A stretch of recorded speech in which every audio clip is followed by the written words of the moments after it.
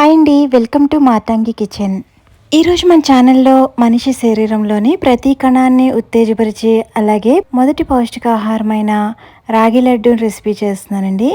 ఇది చిన్నపిల్లల నుంచి పెద్దవాళ్ళ వరకు చాలా అంటే చాలా అన్ని రకాలుగా కూడా ఉపయోగపడే రెసిపీ అని మనందరికీ తెలుసు. సో ఇది ఎలా తయారు చేయాలో ఇప్పుడు చూసేద్దాం. మొదటగా వెడల్పాటి కడాయి పెట్టుకుని దీంట్లోకి 2 టేబుల్ స్పూన్స్ నెయ్యి వేసుకోండి. దీనిలోకి 1 కప్పు వరకు రాగి పిండిని వేసుకోండి. ఈ రాగి పిండిని లో ఫ్లేమ్లో మంచిగా దోరగా వేపించుకోవాలి. ఇది వేగడానికి కొంచెం ఎక్కువ టైమే తీసుకుంటుంది. 9 నుంచి 10 నిమిషాల వరకు టైం పడుతుంది. ఇది వేగింది అని మనకి ఎలా తెలుస్తుందంటే కమ్మని వాసన రావడం స్టార్ట్ అవుతుంది. అప్పుడు ఇంకా దీన్ని తీసి ఒక బౌల్లో వేసుకోండి. ఇప్పుడు అదే కడాయిలోకి ఒక గుప్పుడు వేరుశెనగ గుళ్ళు తీసుకోండి. ఈ వేరుశెనగ గుళ్ళు కూడా లో ఫ్లేమ్లో మంచిగా దోరగా వేపించుకోవాలి. మనం వేసి ఏ డ్రై ఫ్రూట్ అయినా కూడా లో ఫ్లేమ్లో వేగితేనే దాని రుచి బాగుంటుంది. ఇలా వేరుశెనగ గుళ్ళు బాగా వేగిన తర్వాత దీనిలోకి 2 టేబుల్ స్పూన్స్ పిస్తా పప్పు, అలాగే 2 టేబుల్ స్పూన్స్ జీడిపప్పు, అలాగే 2 టేబుల్ స్పూన్స్ వరకు గుమ్మడి గింజలను కూడా వేసుకుని వీటిని కూడా లో ఫ్లేమ్లో బాగా వేపించుకోవాలి.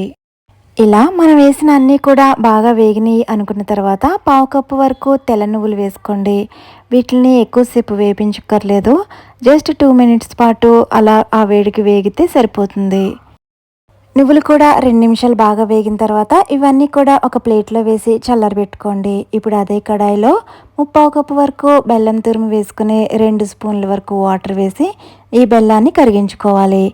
ఈలోపు మనం వేసిన ఈ పప్పులు కూడా కొంచెం చల్లారినవి, వీటిని కోర్సుగా బ్లెండ్ చేసుకోవాలి.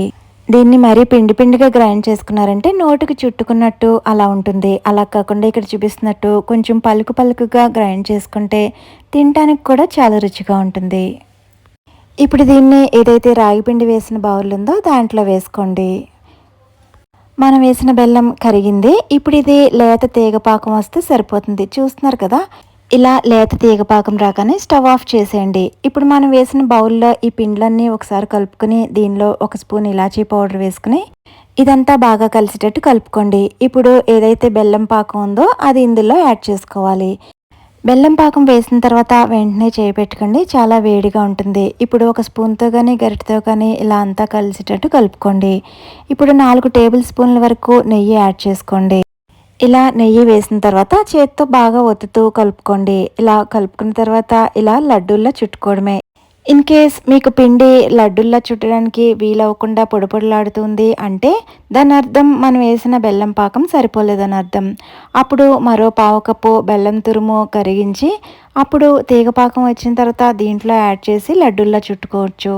ఈ రాగి లడ్డు ఎముక పుష్టి కోసం చిన్నపిల్లల నుంచి పెద్దవాళ్ళ వరకు రోజుకి 1 చొప్పున తింటూ ఉంటే మన ఆరోగ్యపరంగా ఎటువంటి సమస్యలు లేకుండా చాలా హెల్తీగా ఉంటాము.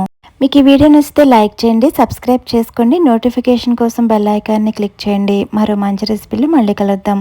అంతవరకు టేక్ కేర్, బాయ్.